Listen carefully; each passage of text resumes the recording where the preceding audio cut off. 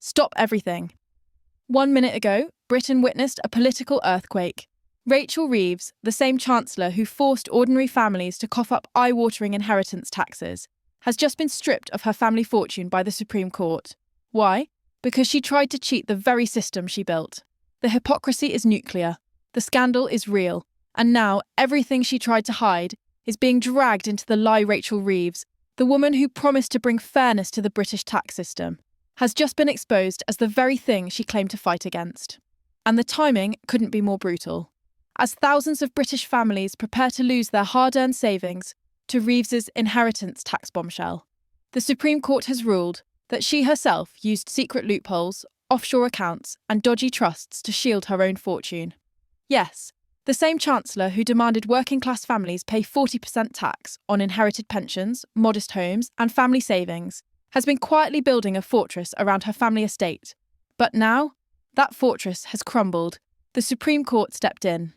And in a move that has stunned Westminster, it froze Reeves's entire inheritance portfolio, ordering a full seizure and legal review.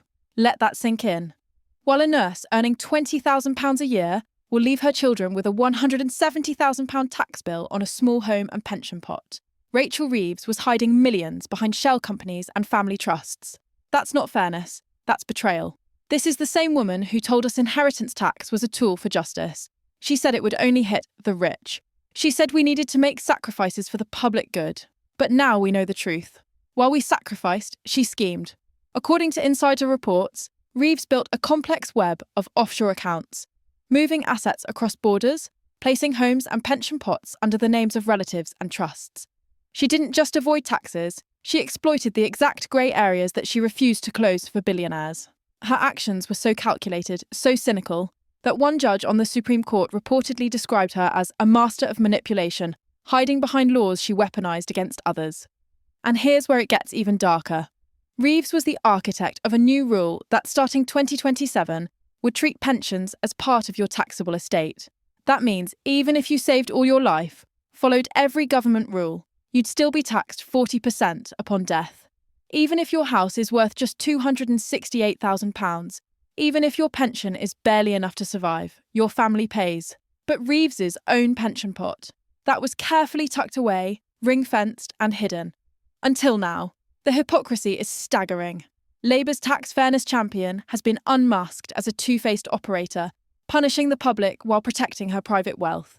She froze the inheritance tax threshold at £325,000, even as property prices soared. She made pensions taxable after death, even modest ones.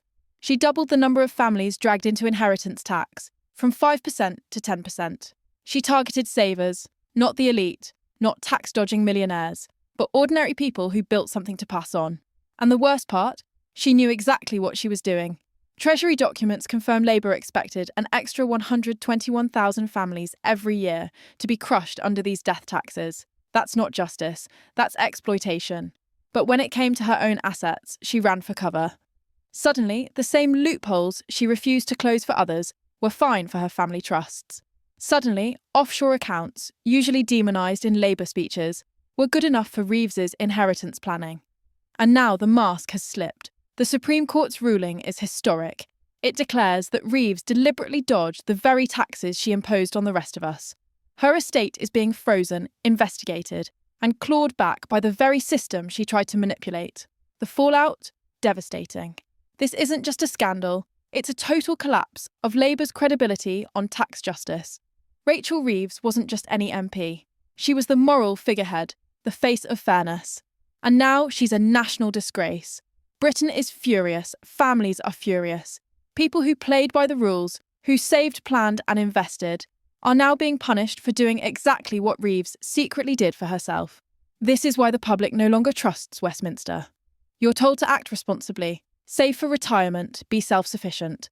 But when you do, Labour slaps a 40% tax on your family's inheritance, and their own cabinet members walk away untouched. Let's not call this a mistake. This was not some clerical error or misstep. This was deliberate, calculated deceit. Rachel Reeves looked the British people in the eye, told them to do the right thing, and behind the scenes did the exact opposite. This scandal isn't just destroying reputations, it's crippling our economy. Right now, Britain has the lowest investment rate in the entire G7. Productivity is 20% lower than the US.